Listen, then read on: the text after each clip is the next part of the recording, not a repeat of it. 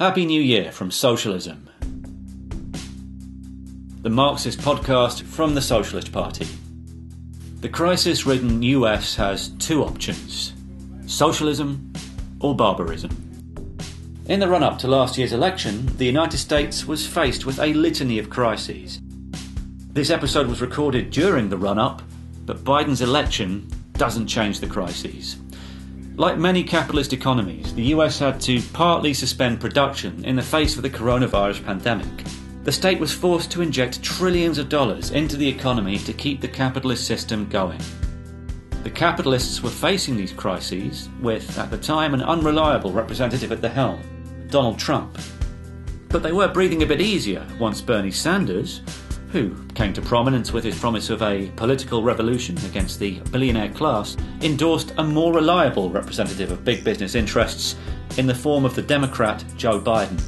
Biden narrowly defeated Trump, but the problems faced by Sleepy Joe's administration have no solution on the basis of the capitalist system that both he and Trump defend. Huge anger is growing. Class polarisation sharpens as the divisions between bosses and workers are exposed. Armed demonstrations ratchet up the tensions. Capitalism is threatening to plunge millions more into poverty on a scale not seen since the Great Depression. This episode of Socialism, one of our highlights of 2020, looks at US imperialism in decline. Coronavirus, Trump, Sanders and socialism. I'm joined here today by Tony Somwa, Secretary of the Committee for Workers International, the CWI, the international organisation that the Socialist Party in England and Wales is a section of. Thanks for being here, Tony. Pleasure. In the recent published statement on the COVID-19 pandemic, capitalist crisis and bitter class polarisation in the United States, the point is made that the US has the highest number of deaths in this pandemic. Why was the US not prepared for a health crisis on this scale? And what has been the reaction of the US capitalist class? Well, as you say, Mark, the US is facing an utter catastrophe. It's had the highest number of recorded deaths anywhere now in the world, and it's likely to intensify and get worse in the next period. It's far from reached its peak. Now, why has it been so devastating in the United States? And I think there's a number of reasons for that. Firstly, it's the insanity of the reaction of the Trump dynasty, how they reacted to the virus when it broke.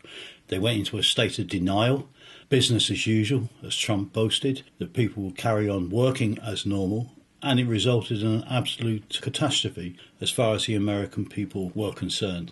In addition to that, we have particular factors in relation to how the US capitalism has functioned, because in the United States you have no meaningful federal public health system to look after people.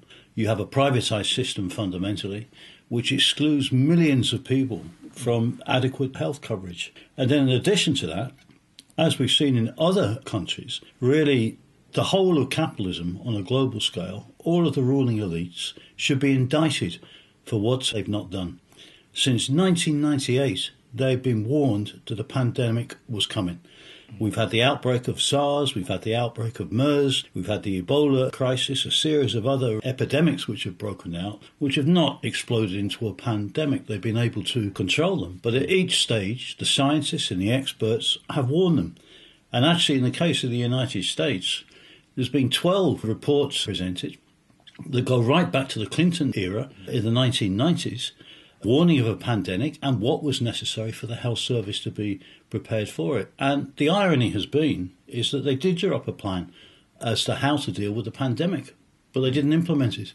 They didn't take any of the measures to provide the adequate stocks for protective health equipment and other measures as well in order to prepare for such a pandemic as we see at the present time. And therefore we see an utter catastrophe has hit US society, and it's ripped it apart. It's exposed all of the class polarisation, the class divisions which have been there in any case, and now they've been exposed in a far sharper manner than was the case before.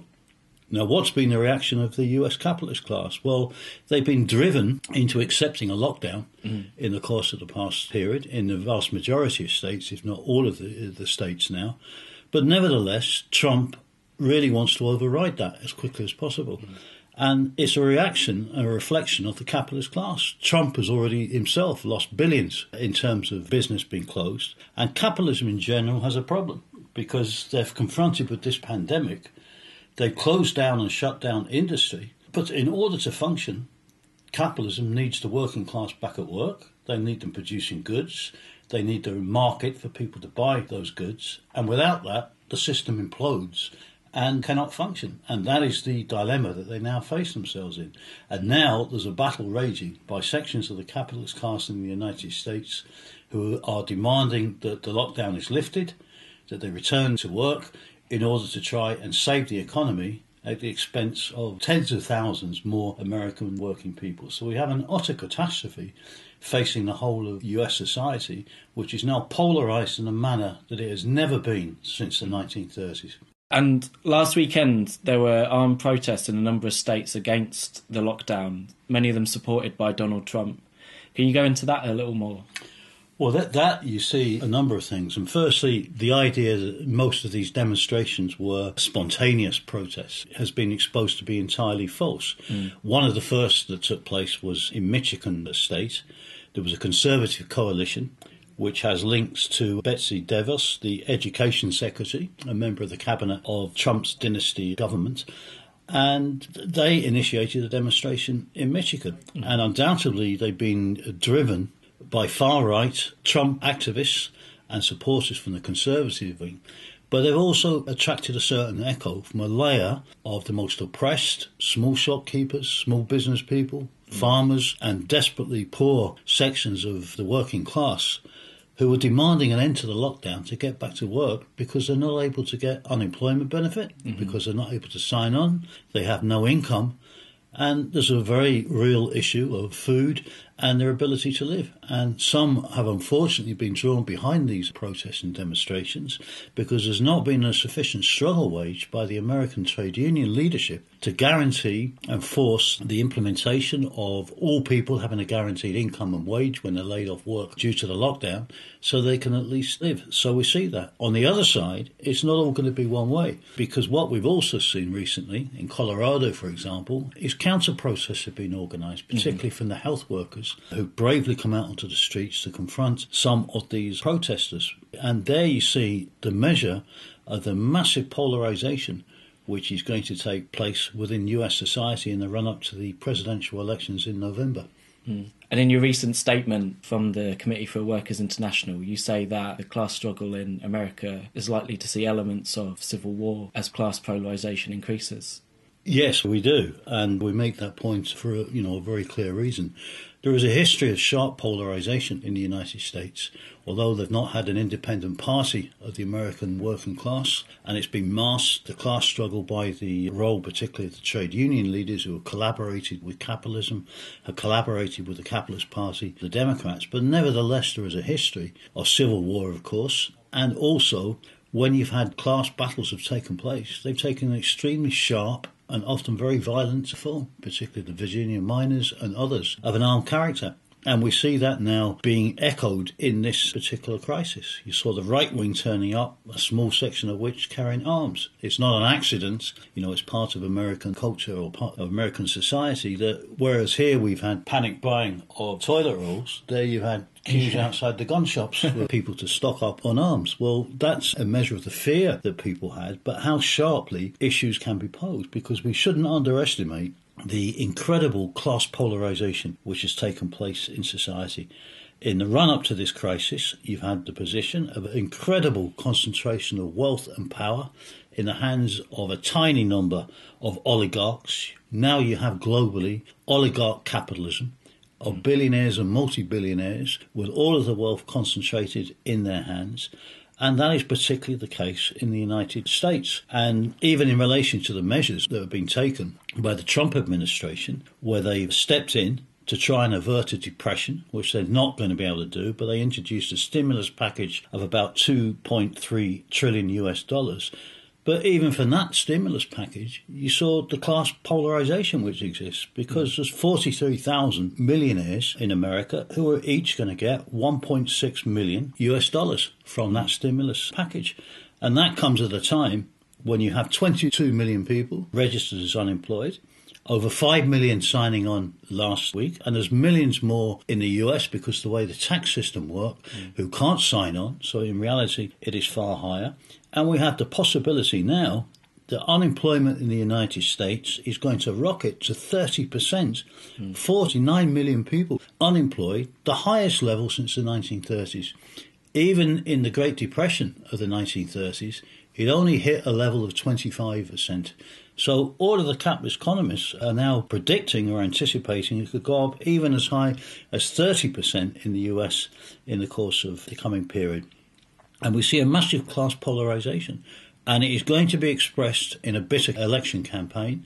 We already see strikes and protests being taken by sections of workers because of what they're doing. And incidentally, in Worcester, you have the incredible situation in Massachusetts where in one of the privatised hospitals, they've actually furloughed the nurses in the course of a pandemic, which has provoked a very good protest, which CWI members and supporters were involved in participating in a protest of cars. It's classic American society.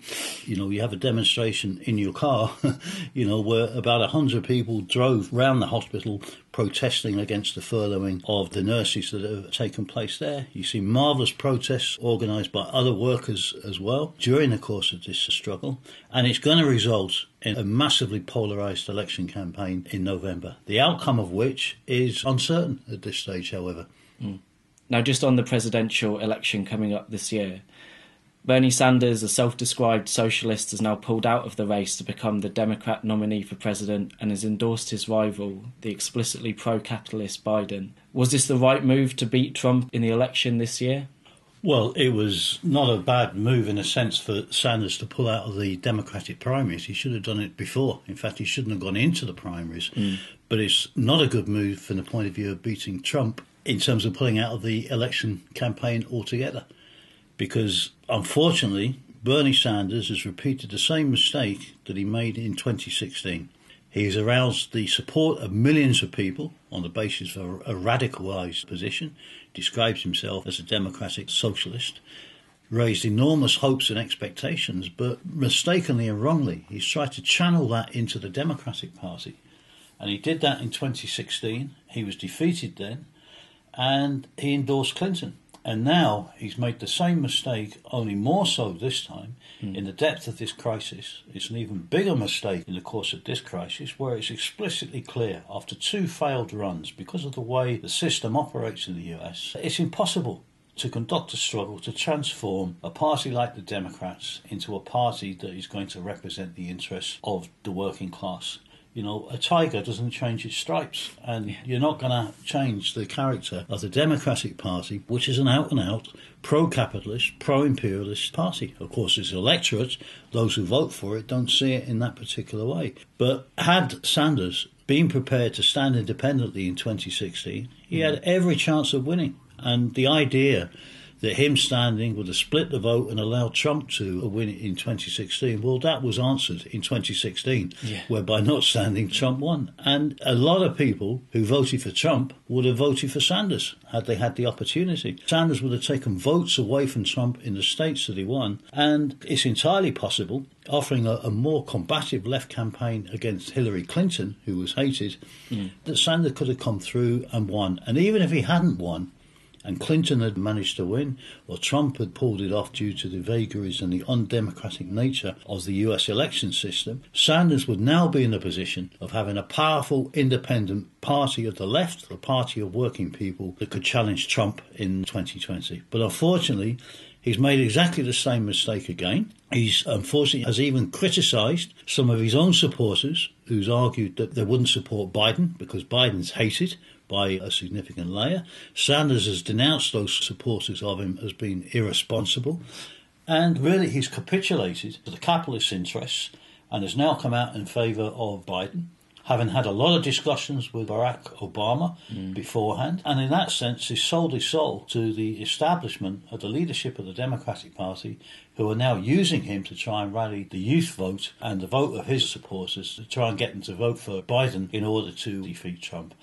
And it's a failure and a betrayal as far as Sanders has been concerned, which now poses the dangers that if it's left to Biden, who's lacklusted, pro-capitalist, incompetent conduct of his different campaigns will pose the threat that Trump could still win. Even if it's possible, Trump might lose the popular vote, but because of the completely undemocratic way of the American election system, Trump could be elected president. Biden could end up winning the majority of the popular vote, but each state elects delegates to an electoral college, and the Electoral College decides. The CWI and our supporters and co-thinkers in the United States demand the abolition of the Electoral College.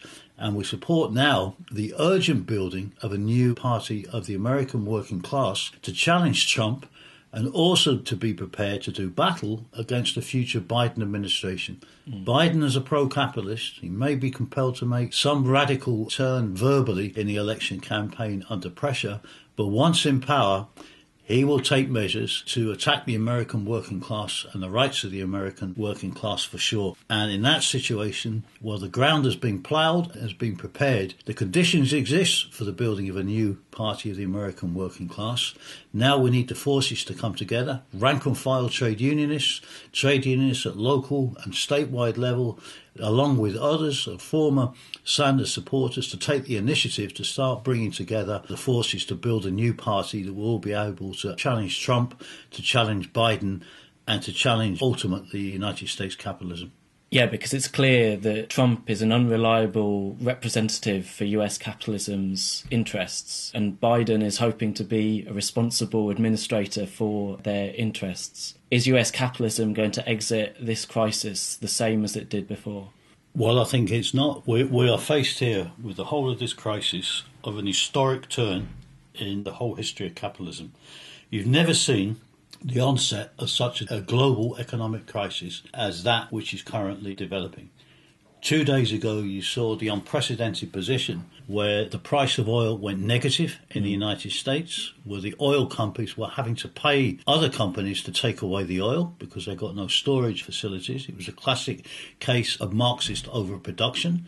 Well, they've overproduced, there was no demands for the goods, and as a result, you had a collapse. That's going to have devastating consequences in the Middle East, on countries such as Nigeria in Africa, or Venezuela in Latin America, which are dependent on oil. And we're entering into unprecedented times with an incredibly profound economic recession and probably a depression, which is going to last for quite a period. There may be a certain blip, a certain small, fragile recovery during that, but they're in for a whole historical period, really, of recession interspersed with different waves of depression and prolonged recession. And though, of course, the perspectives remain unclear at this stage, it is without precedent in the history of capitalism. And it's a turning point, the consequences of which are not fully clear. But what is clear is it's going to have a major effect on geopolitical relations internationally. The relationship between the imperialist powers is in the process of being changed. Prior to this crisis developing, we had seen a tendency for the decline of US imperialism, which of course was the largest and most powerful of the imperialist powers. That tendency for decline has been enormously accelerated during the course of this crisis. And we can't be specifically clear as to how far this trend will go at this particular stage. But what we can say is that it's a little bit comparable to what happened with the period of the First World War, 1914-1918, which British imperialism went into as the major world imperial power, and it came out of that enormously weakened. Then by the time of the Second World War, the 1930s and the Second World War, America came out of that enormously strengthened. So out of the last global depression, America came out strengthened and eventually emerged as being the most powerful global power. From this recession, stroke depression, American imperialism is going to come out of it fundamentally weakened. We see the rise and developments of China, which is crucial in terms of shaping world relations. How far this process goes at this stage maybe is not fully certain, but America is going to be weakened, and we're not in a position now where we're going to have one unchallenged global superpower in existence. We're seeing the struggle between US imperialism and China develop. We're seeing a rearrangement of the global situation as far as the EU and the European powers are concerned. The European Union, if it exists at the end of this crisis, which is a big question at this stage. We see what's developed in Italy, all of which could trigger, together with Spain, the breakup of the Eurozone and maybe even the European Union itself. We see the emergence of different regional powers around the world in Asia, Africa and Latin America. There is a whole position of historical flux is opening up with a rearrangement, if you like, of the relations between the different powers. That will provoke all sorts of conflicts and possibly wars at local and regional level as these different capitalist and imperialist powers struggle to assert their influence and dominance in their own particular regions. So America is going to come out of this crisis enormously weakened. Now, when Britain came out of the First World War, what happened? It was threatened with social convulsions at home. You had mass class battles and the threat of revolution at home and abroad. And that is going to unfold and will be posed in the United States as a consequence of this crisis. And the very fact that that will be happening in the major or the largest imperialist power at this stage is going to have global repercussions, as indeed the threat of revolution in Britain did in 1918, 1919, 1920. And that, in that sense, will be replicated in a somewhat different form as the class struggle intensifies in the United States. And as those class battles intensify, what does this mean for the potential for socialism in the US, and why is a working class political voice so important? Well, to take the last part of the question first, it's crucial for a political voice, particularly for a political party to be built, in order to channel the energies of the working class into a coherent force that can challenge capitalism and its political spokespeople and its political system. And to do that, the workers need their own party. And the potential exists for that now in the United States. The time to strike is now. Unfortunately, Sanders has thrown that opportunity away by his capitulation to Biden and abandoning the struggle in this particular election. But from below, from other forces, that issue can be taken up and will be taken up in the period that we are going into. And likewise within that, a political party, but the transformation of the trade unions is also essential. It's true everywhere internationally, but particularly in the United States, where you have a particularly rotten, corrupt layer of a trade union bureaucracy, which needs to be brought under the check and control of the working people, of the members of the unions, and the struggle to transform the unions into fighting organisations of the working class is a key task which is going to be posed in the course of the next period. And within that, the idea of socialism as an alternative to this decaying, decadent period of oligarchical capitalism undoubtedly will emerge and will become strengthened. Already we have the idea of socialism as an alternative form of capitalism is very favourably seen by big sections of the American population, especially the young people. The idea of socialism is being accepted within the US. Maybe people have not got a fully rounded out idea and understanding of what that is.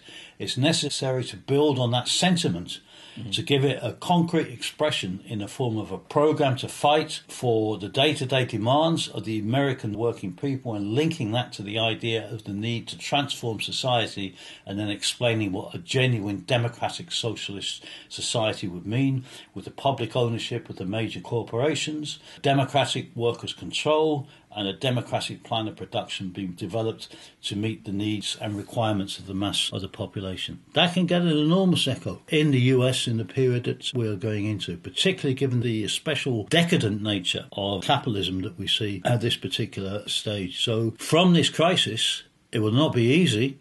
It's going to be very polarised. The depth of the crisis is going to result in immense human misery and suffering. But we can be optimistic that through the battles that will develop as a consequence of this crisis, that a real alternative can emerge. And as this pandemic, as it's affected America, as it's affected Europe, as it has affected Asia, Africa and Latin America and Australia, has demonstrated, what we need now is a global struggle for a socialist alternative as the only means to prevent society plunging into more horror and misery. And it is, to coin a phrase of Rosa Luxemburg from Germany in the past, it is a struggle now between the question of socialism or barbarism. The future of society will be barbaric on the basis of the continuation of capitalism. We have the technology and the potential, the inventiveness of humankind to build a new form of society. And from that, it will be possible to transform the planet and to resolve all of the day-to-day issues and problems facing the mass of humankind, including the environment. What has this crisis illustrated is that in the space of a few weeks, because of the collapse of the pollution levels which has taken place, how the environmental problems have partly been reversed, of the ozone layer beginning to be healed, of the pollution dropping and collapsing, with the introduction of a democratic plan on a socialist basis internationally. It would be possible to develop green aspects of the economy on a more ecological friendly basis to guarantee the living standards of all and to take humanity onto a far more developed level. If we don't do that, we have the threat of barbarism. So it is a struggle globally now of urgency, of the utmost importance, between capitalism in its most decadent phase and the struggle for a new socialist order. Thanks very much, Tony. Socialism is produced by the Socialist Party, the England and Wales section of the Committee for a Workers' International. Today we heard from Tony Sonwar and I'm James Ivans. This episode, first aired on the 24th of April 2020, was edited by Nick Hart. You can find further reading in the notes in your podcast app and at socialistparty.org.uk/podcast. If you want to get in touch, email socialismpodcast@socialistparty.org.uk. Do you agree with the policies and actions the Socialist Party is fighting for? We need you. Send us your details at socialistparty.org.uk/join. If you live outside England and Wales and want to join the fight for socialism in your country, contact the Committee for a Workers' International by visiting socialistworld.net. Socialism, the podcast, has no wealthy backers.